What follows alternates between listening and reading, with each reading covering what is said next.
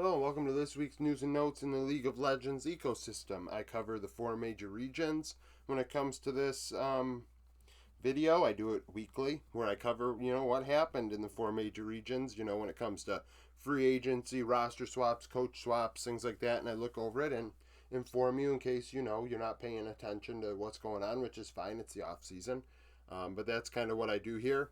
So some of this stuff will seem like old news because I do this once a week. A lot of this news happened early, in the process. So if I do this every Monday, some of this news came out Tuesday, Wednesday. So I waited till today to make a video about it, because if I did a video for every piece of news that happened as it happened, I don't think I'd have enough time, and there'd be a lot of couple minute videos on my channel, and I don't know if I really want that.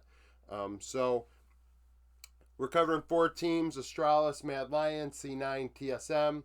A lot of this is going to be old news, and some of it just became official recently. I wait until the news is official before I, write it on the board and make comments about it, only because I don't want to make a video and it be a waste of time. So Astralis, they went with Visit Chachi in top lane, Xerxes in jungle, and Yang Hoon in support. Now, 2 of those 3 we know.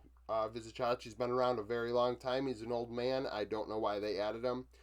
Xerxes, coming from Immortals in the LCS, he has been to Worlds before with Visit Chachi and Kabe in the past.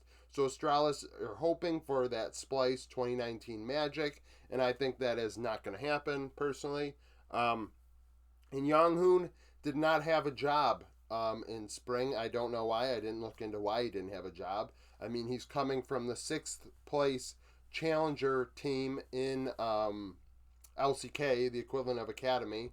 They have an Academy system, but it's literally like a 3rd tier. So Challenger is the 2nd tier of LCK play. Yang Hoon comes from the 6th place team, Fred at Brion. So they're using him to replace Promise Q, and honestly, that's better than having Promise Q. I think Promise Q's awful. But in 2 of these 3 roles, they really, 2 of these 3 roles they got younger, but I don't know why they chose Visit Chachi top. So Visit Chachi comes from EU Masters, where he was okay this past split. His stats really aren't that much better than White Knights, despite being at lower levels of competition. His CS per minute was lower, his KDA was lower. They're different kind of players. Visit Chachi gets into more fights. He does more to facilitate. But White Knight also has more solo kill capability. Their champion pools are pretty even. Both played 9 champions in 18 games. So I really don't know what kind of move this is, outside of they are praying that they get some sort of magic from 2019. I don't see it. Xerxes over Zanzara, 2 different junglers. Like I said, when Zanzara left last week and compared him to Taxer, Zanzara had a very high KPR this past split. 79.1. Everything went through him on Astralis. So honestly, I don't think he was the problem. He is older, and I am happy they got younger. Xerxes is a better farmer, going at over 1 CS every 2 minutes ahead of Zanzara. 0.73 is pretty good. Big difference. However, like I said, Zanzara had a lot better KPR. It was 15% higher than Xerxes with Immortals, and it's not like Immortals was a good team either. They're 2 different kinds of junglers. Xerxes has a little bit better kill potential. He does more in terms of kills and carrying the game. Zanzara's champion pool is limited, only playing 6 champions last split in 17 games. Whereas, 18 games, where Xerxes played 9 and 17. So that's another thing. This gives them more options in terms of draft, which I guess I could see. I think Xerxes over Zanzara is fine. I just don't think Zanzara is a problem. Yang Hoon versus Promise Q. Yang Hoon had a stronger KDA, which is whatever. KDA isn't all that important, in my opinion, when it comes to supports, because a lot of them are just dying on the sword. Really, kill participation is the only thing I care about, and his was slightly lower than Promise Q's. We'll see what this move looks like, when the split starts. I don't want to, I mean, I don't know what to say. Promiscu isn't very good, and Young-hoon doesn't sound very good either. So they got a younger version of Promiscu, but I mean, I haven't seen him play Young-hoon, so it's really not fair for me to say. His champion pool is a lot bigger than Promiscu. He played 11 champions in 20 games, where Promiscu played 7 in 18. So there are more draft options. Adding Young-hoon, adding Xerxes. I mean, maybe this team will be better. I like that they got younger in 2 of 3 roles, but Vizicachi is nearly 30 years old now. So he's in his late 20s, and I mean, there are better options in EU Masters in top lane for them to go to. I mean, I don't know what they're trying to do besides, I mean, I don't know if they're going the cheap way out. I mean, people have said that in the past, and I mean, this is not what I wanted when I said they needed to get better. Um, but I mean, it's hard to do worse than how they've been playing. Mad Lions, it's official. Rieker's out, Nisqy's in. Last week we figured that was going to happen. Um, Two similar. I mean, I don't even want to say two similar mid laners, but they do similar things in terms of production when it comes to CS per minute. Rieker and Nisqy both averaged under 8 in their last splits. Rieker this past split, Nisqy in summer of 2021. However, Nisqy has a lot more kill potential. His kill share is over 10% higher than Rieker's. I said all split long, I felt like Rieker was the weak link in Mad Lions, and people are like, oh, well, you can't do that. You can't say that he's so young, he's raw, he's a rookie. You got to wait him out. And it's like, yeah, but Mad Lions are not a team that has, they're not a rookie team where they're like, okay, we're fine with finishing 7th. No, this team is a world contending team, not like a world championship contending team, but a team that should be contending to go to Worlds, and that was not good enough. And I think adding Nisqy will allow Mad Lions to return to that form. I mean, Unforgiven, was it Unforgiven or Forgiven? I don't remember what is. I know that name has some connotation to it in the past, but I think he was solid in this past split.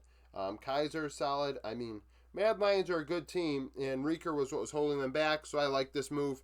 Nisqy likes to play a lot of different champions, similar to how Rieker was all over the place too, but Rieker would pull out like Yasuo, I believe, and Yone and things, and it just didn't. If I recall correctly, I was not impressed with Rieker at all. LCS news. Summit Winsome Isles are out. They signed Destiny for support in Academy. Fudge is going to go top lane. And then rumors, so I'm not covering them here.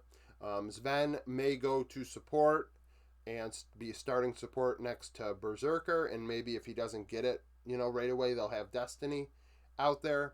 And Jensen, I believe, is rumored to return to C9. If true, I would say that C9 are probably going to go to Worlds in some degree. I do think they are a top 3 team. If even with Sven at support, which if that does happen, obviously I'm going to do a separate video on that. Probably after MSI, if it becomes official, even during MSI, I'll do a video separately about that. And look at Core, because Core went from AD carry to support, and Jin Zhao, I believe, in the LPL did it. And I'm going to try and find others that have went from AD carry to support in the 4 major regions and kind of look and see, how often does that work out versus how often does it fail. So Fudge, in my opinion, a different kind of top laner to Summit. Summit wants to play carry tops. He does not play tanks, and he struggles against tanks. Where Fudge can play a little bit of everything. His KDA was much higher than Summit's when he played top in 2021. However, Summit's CS per minute's a lot higher because that was his champion pool. He is a split push type of top laner that gets ahead in lane and then, kills his opponent. However, his kill share was about 1.5% higher than Fudge, so not all that much. And his gold share was 1.5% higher, which that was the CS per minute, and that was a lot of focusing Summit's lane, trying to not let him get behind. Because a lot of times people would gank Summit, and that's why Summit's KDA was awful. Because he would, there were a couple games where he just threw and inted. And once he got behind, he just inted the game away. Champion pool, similar.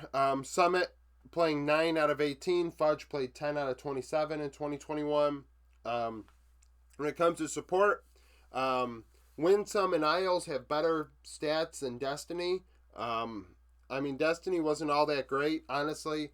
I think Winsome was a problem, don't get me wrong, but I don't think Destiny is going to be an upgrade. I think it really, truly is just hinging on Sven showing up and playing support at a high level. I think somebody should sign Winsome, to be honest with you, and throw him in Academy because I think there are advantages to the fact that he has a lot of Korean experience, at least in solo queue, but he's also extremely raw when it comes to being in a team environment at this level. So there's potential there for somebody to help him along, and I want to see how he does if he gets another chance in Academy for a while where there's no pressure. TSM, speaking of pressure, they went with Maple and Mia. Maple from LPL, former PCS player. He's only 24 years old. I thought he was older than that, so there is still some prime left. And Mia from Latin America. I believe he played with Astralis, and they were maybe second place this past split, losing to Team Ace. Don't quote me on that, but I think that's true. And Kaidio's out. So Kaidio's out. They're keeping Shenny at support. They're going to have Mia and Shenny battle it out. At first, Mia's maybe going to Academy, but I think they should battle it out personally. When it comes to mid lane, Maple with Anyone's Legend this past split. His CS per minute was down 8.41, but his kill participation was high, 70%. Kill share 26.4, so he was carrying for Anyone's Legend. Anyone's Legend was not a great team this past split, despite having some really good players on it. I don't know if how do I put this? Maple was solid in PCS, and I think he's going to be fine in LCS. LPL is maybe, it's always the constant argument. What's better, LPL or LCK? The LPL is a very, very good region. Mid lane is a good role in LPL. So, you're going to struggle at times in that role, and they ended up going Forge, and they didn't do much better afterwards. So honestly, Anyone's Legends lost. Kaidio, his KDA was awful, 1.87. He never really got the team game down, in my opinion. I feel like communication was a problem because he would go in the side lane and he'd farm. Nearly 10 CS per minute through 9 games, which is very, very good for a mid laner, for anybody for that matter. But his kill participation was 50.6. So he was just split pushing and not getting involved.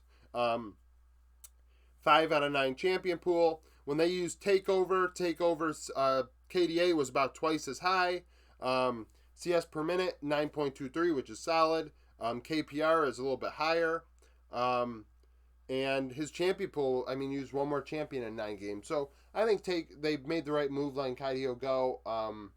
I feel like it's not right in the way that it might have been communication issues. That was a problem. But Takeover is also solid. A thing to note, I believe Takeover is an import, which I didn't realize until just looking at it yesterday. He's Chilean, so his residency is Latin America, which kind of throws things off for me. We'll see how he does. I'm rooting for him. He's young, he's talented, clearly. But I didn't know that he was an import, which kind of is, they already have an import there, but if they want to go Takeover in the future, they're going to need an import slot. As far as support goes, Mia, I really liked seeing Mia in Champions Queue. I watched a lot of Double Lift streams when it was Champions Queue because I wanted to see other players, and I feel like he has, he's very vocal about the game. So, you learn a thing or two by, watching pros talk about the game or playing the game. And Mia looked good. Mia's communication's good. Even Shenny's communication's good. I think Shenny is just really aggressive. He would fit into the LPL like you wouldn't believe. If you don't watch LPL, they are an aggressive region. Shenny is clearly Chinese and clearly, I believe he's Chinese. He plays in the LPL. More often than not, that's the case. If I'm wrong, my apologies. But he plays really aggressive, and he fits the way that they like to play in the LPL and in the solo queue environment, where it's just like everybody is just constantly fighting in solo queue when it comes to China. So he fits, but he fits that, but he doesn't fit LCS when it comes to that. He's got to slow down.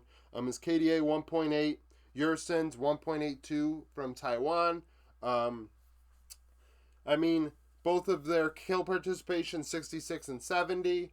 I mean, Shenny played a lot of different champions, 10 and 13 games. I believe he needs to kind of crack down on that, bring his champion pool down a little bit. I normally wouldn't say this, but I feel like to make things simpler for him, he needs to play less champions.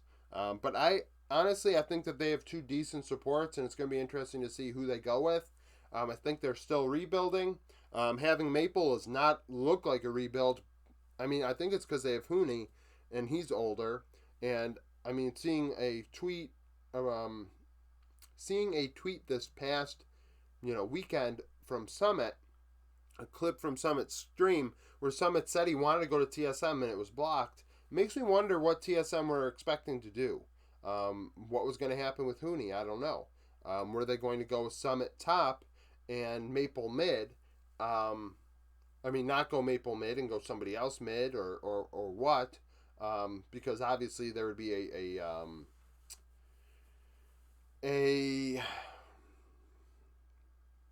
import issue. Sorry, I brain fart. An import issue if they had Summit and bot lane's clearly an import. I mean, support's an import, and mid being an import. You can't have three. Hooney has residency now. I got to imagine.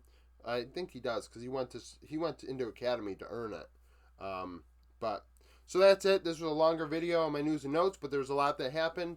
Stay tuned later today where I cover my MSI predictions. I'm sure you were expecting that video first, but I wanted to do this one first. And then starting tomorrow, we're going to have our League of Legends roundups every day again, where I'm covering MSI's games, so you don't have to watch them yourself if you miss them at 4 in the morning. If you want to look back at my channel, I did videos about games throughout pretty much all of the spring split in the 4 major regions, so you know what style of videos I intend on doing. Also, comment below how you feel about doing these weekly, or do you believe that I should be doing them when they occur? So the news isn't old. Thank you for watching this video. Like the video if you liked it, subscribe to the channel, and I hope you come back for more content.